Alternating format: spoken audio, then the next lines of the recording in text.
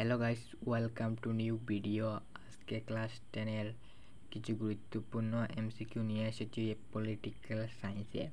চ্যাপ্টারটির নাম হলো ভারতীয় গণতান্ত্রিক। 1 নম্বর কোয়েশ্চেন হইল 1945 জুলাই সালে অনুষ্ঠিত নির্বাচিত ইংল্যান্ড কোন দল জয়ী হয়েছিল? আনসারটি হলো শ্রমিক দল। 2 নম্বর, কত সালে ক্যাবিনেট মিশন ভারতে এসেছিল? 1947 সালের মার্চ মাসে। কোয়েশ্চন নাম্বার 3, ক্যাবিনেট মিশন কতজন মন্ত্রীকে নিয়ে গঠিত হয়েছিল?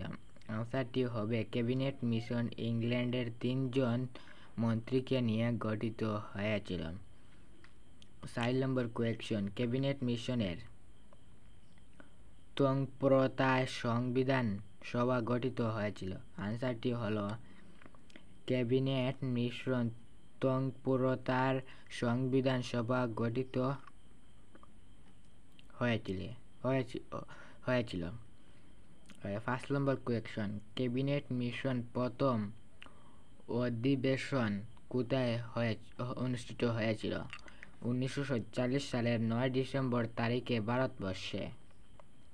আজকে এখানে আমরা চ্যাপ্টারটি শেষ হলো। কোয়েশ্চন কত 5 পর্যন্ত।